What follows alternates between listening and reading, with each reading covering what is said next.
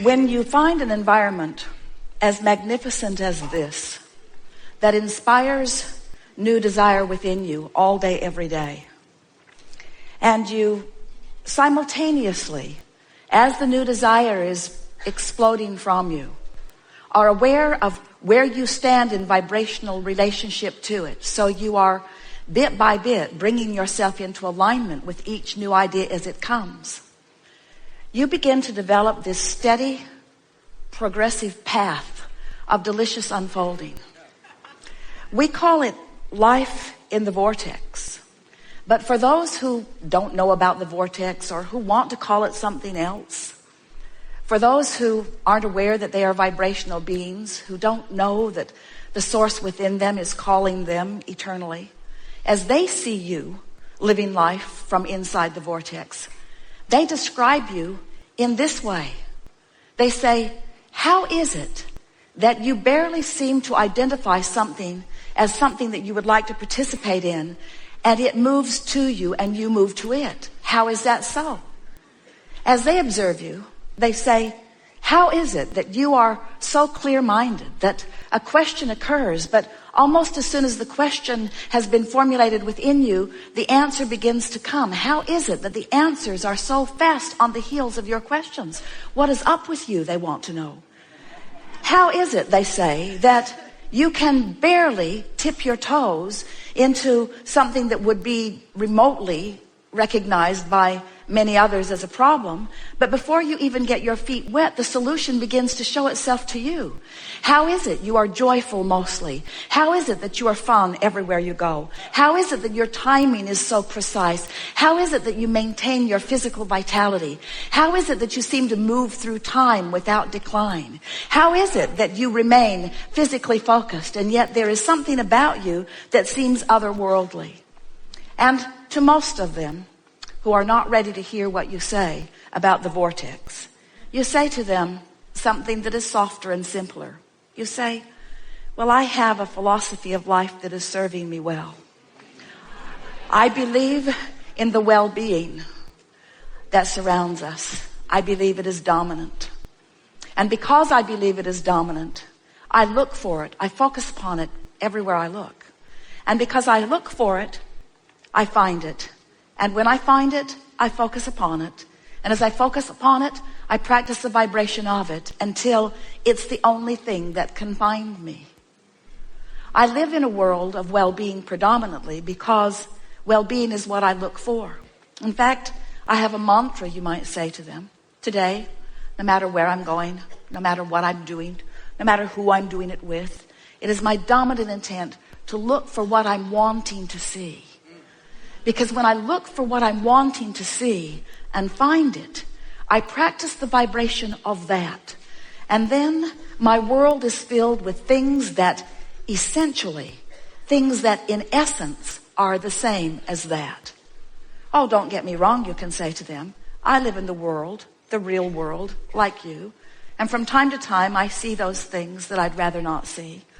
But I discovered some time ago, you may tell them, that whenever I know clearly what I don't want, I know equally clearly what I do want. And I've just learned to get off of what I don't want and onto what I do want as quickly as possible. When I was really little, I could feel that when someone praised me, it felt really, really good.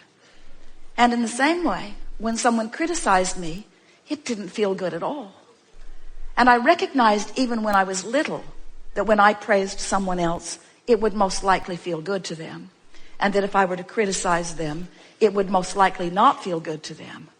But what I was startled to discover is that every time I criticize anyone else, I don't feel good either. And so I've decided that there is a power in the way I feel.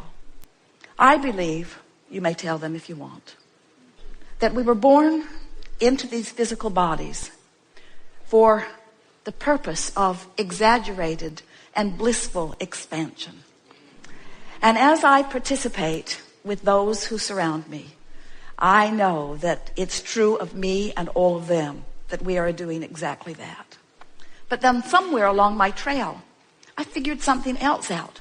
Not only do I want to feel good, and not only does it feel really good to feel good, But I discovered that I have unconditional control of the way I feel. That was a big step for me.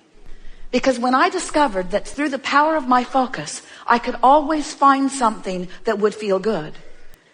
And that if I deliberately do focus, that I can train myself into a frequency where only good feeling things can find me, my life started getting better right away. But then I discovered that there's an even deeper law behind it.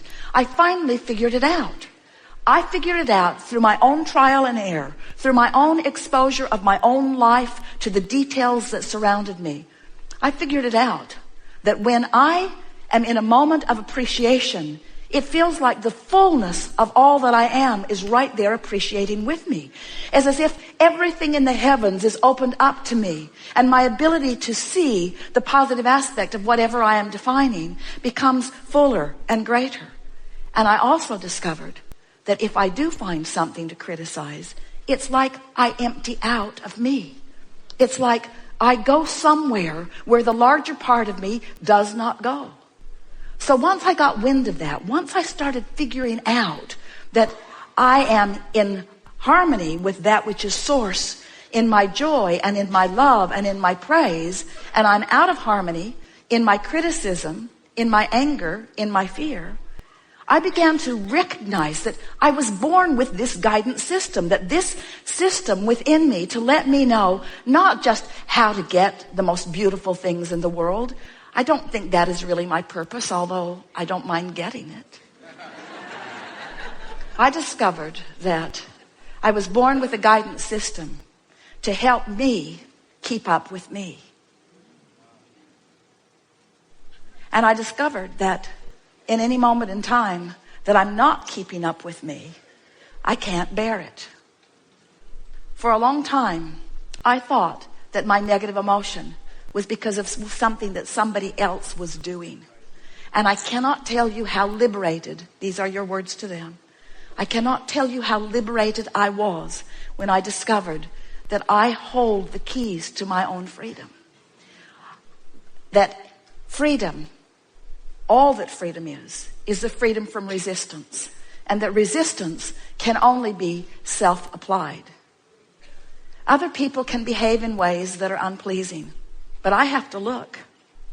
Other people can behave in ways that don't feel good to them, but unless I give it quite a bit of my attention, I don't get hooked into it, and so it doesn't become part of my experience. Then they may say to you, well, this all sounds good.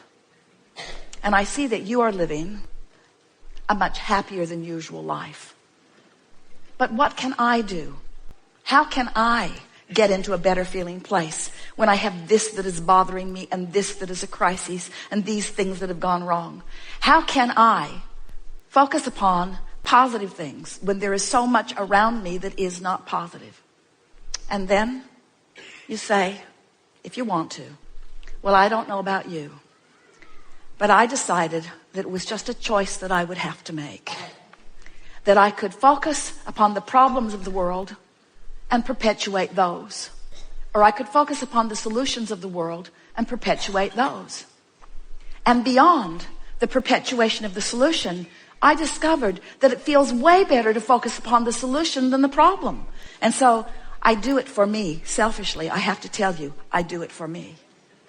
And then they may say to you, oh, I've heard of selfish ones like you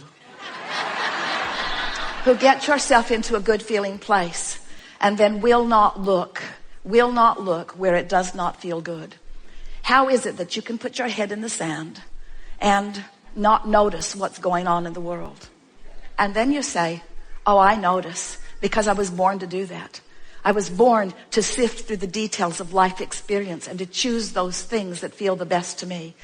And so I want you to know, you can say to them, that I see plenty of things that I don't want to perpetuate, but I don't get hung up in the vibration of that anymore. I move quickly from what I don't want to a statement of what I do want. And then I do my very best to practice the vibration of what I want.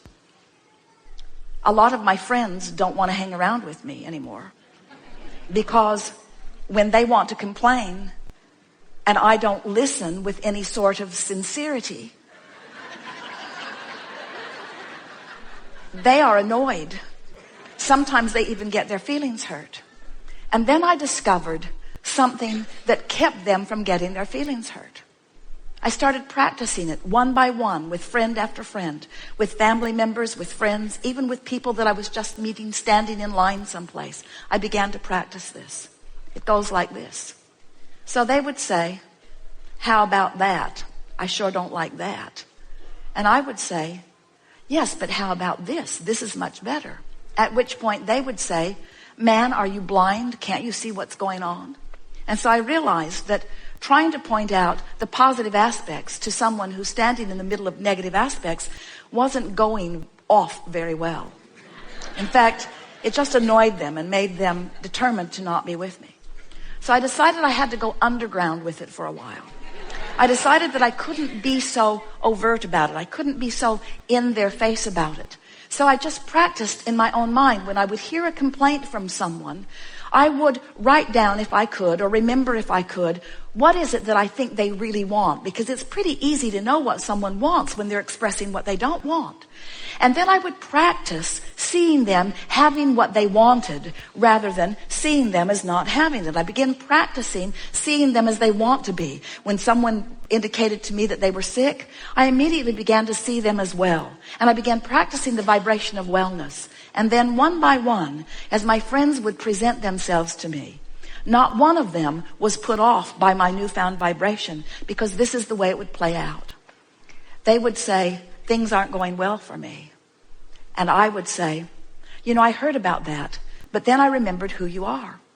And I began practicing in my own mind. When I'm not with you, it's much easier, I have to tell you. I began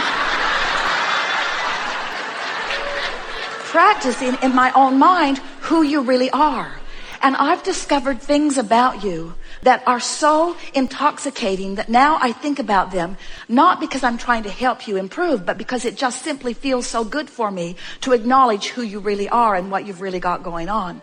And this is the list I've made about you. These are the positive aspects of your life. This is who I know you truly to be. This is how I see you. This is how I know you. And this is why I love you, you see. It is our promise to you that as you begin practicing the positive aspects of circumstances and events, of governments, of other governments, of political parties, of people that you know, of family members, of your mothers and your fathers and your children, of your friends, of people that you have formerly called your enemies, as you begin to tune yourself to what this time-space reality is helping you to put in your vortex about them. You see, these aren't just people running around annoying you or pleasing you. These are people running around causing you to build a vortex version of you. They are the reason that you are expanding. And so when they are the reason that you're expanding and you look back at their trouble, now you're extra mad at them because first they caused you to expand and now they're holding you back from your expansion. What we want you to realize is that no one can hold you back. There is no assertion in this attraction-based universe. It is all attraction. And so as you begin to play with this a little bit, as you accept that you are vibrational beings first and foremost, as you acknowledge that you and everyone that you are interacting with is causing you to build this magnificent vortex of creation, and that the source within you dwells there and experiences the fullness of all that you have asked for. And as you, little by little, tune yourself to the frequency of that vibration, what you will begin to notice first is that you just feel better. The edge will just lift up off of you. Next, you'll begin to notice that wonderful ideas are flowing to you. You'll begin to notice that your memories of your past are changing, where the good memories are coming forward and the memories that were not so good fade and you can hardly remember them at all.